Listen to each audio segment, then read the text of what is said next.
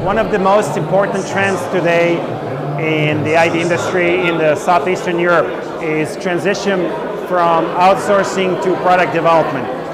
We started to see this last year when outsourcing companies started to lay people off, and then now we're seeing it a lot more, more product companies coming online, investors pouring into the region, and I think over the next couple of years we'll see a lot more transition between the outsourcing companies, people leaving, starting new startup companies that build products, and in my opinion, those products will be targeted mostly for Western European or US markets or global markets.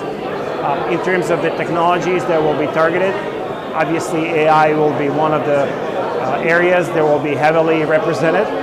I believe also cybersecurity is another area, and also a mix between cybersecurity and AI will be very formidable. That's something that actually a lot of US startups are doing right now, focusing on mix between AI and cybersecurity. We've seen a lot of attacks, cyber attacks in the US on businesses of various sizes. So nobody is impervious to these attacks.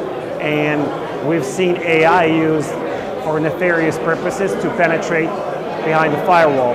Now, in order to stop those attacks, companies will have to develop solutions that are based in AI, because you can't fight AI with people, you have to fight AI with AI, and that's why there's a lot of investment in specifically AI and cybersecurity startups. Another trend that I see will be a lot more venture investing in the region that will support and propel a lot of these new companies starting in the region. That will be Serbia, Croatia, Bosnia. We also talk about Macedonia, Montenegro. Slovenia has already been ahead of everyone else for a while, but now we're going to see other countries really catching up. We had about 50x growth in the last 10 years in the region and Southeastern Europe in terms of enterprise growth or value growth, and that will just continue. The rest of the Europe has been stagnating, but I see trends in the Southeastern Europe accelerating in the product development direction. And I believe that's going to continue and just accelerate more with more investments coming online. When we look at the region as a whole, Bosnia seems to have the least startups. There's a couple of reasons for that. One is just purely technical, that we don't track a lot of startups the way Croatia, Slovenia, or Serbia are tracking. So it's not that there are not as many, it's just that they're not tracked well, and the ecosystem is not developed to actually support the startups. The second reason, and this is more like fundamental reason why we don't have a lot of product startups, as many as Serbia and Croatia, is because Serbia and Croatia have over the last decade received a lot of funding, grant funding from the EU, and that grant funding was used to seed current startups. So 10 years ago, 5 years ago, you wouldn't see as many startups in Croatia and Serbia.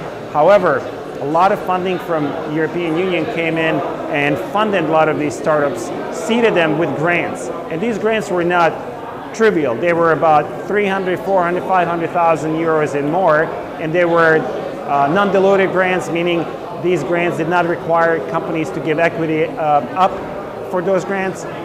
They were able to seed hundreds of different startup companies, very early stage companies.